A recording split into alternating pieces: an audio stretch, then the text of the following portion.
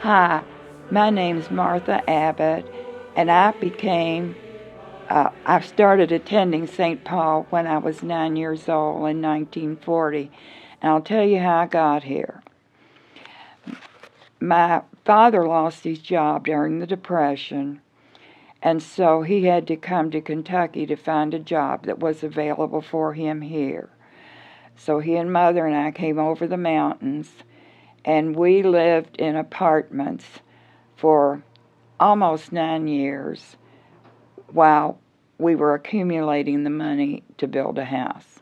We built the house in the neighborhood, and since Daddy was a Methodist, we went to the Methodist church.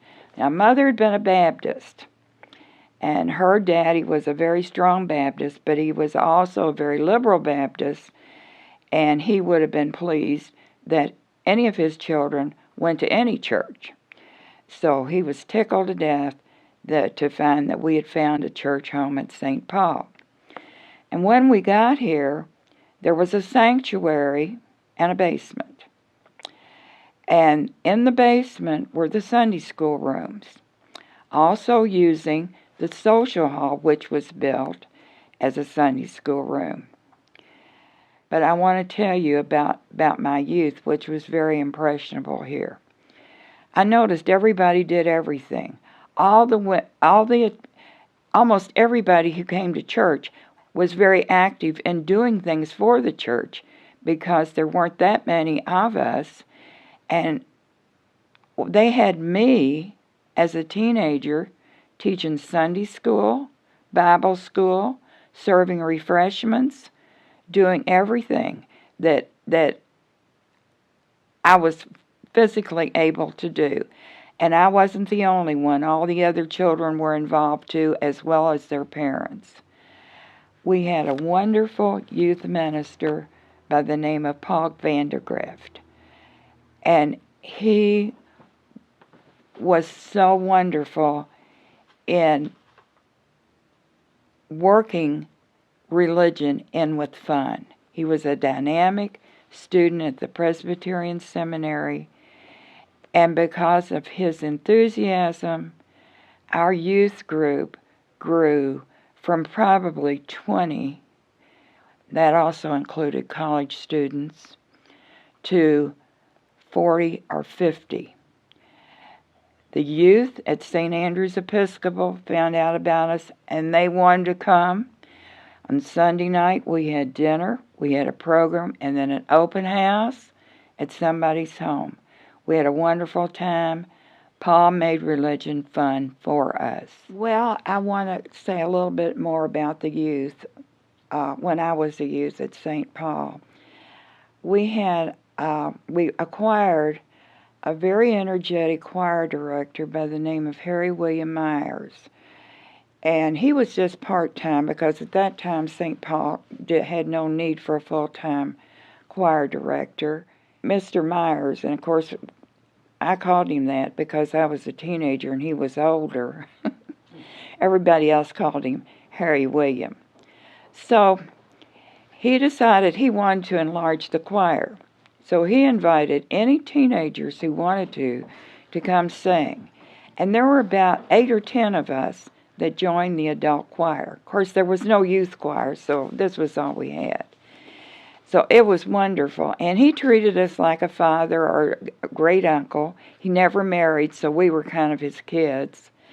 And he taught us so much about music. A lot of us were instrumentalists and knew something, but this is where we started to learn how to sing.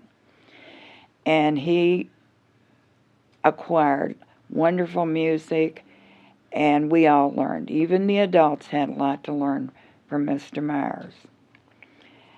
I also want to say some more about the youth. There was a great young man in our youth group. His name was Bob Herman.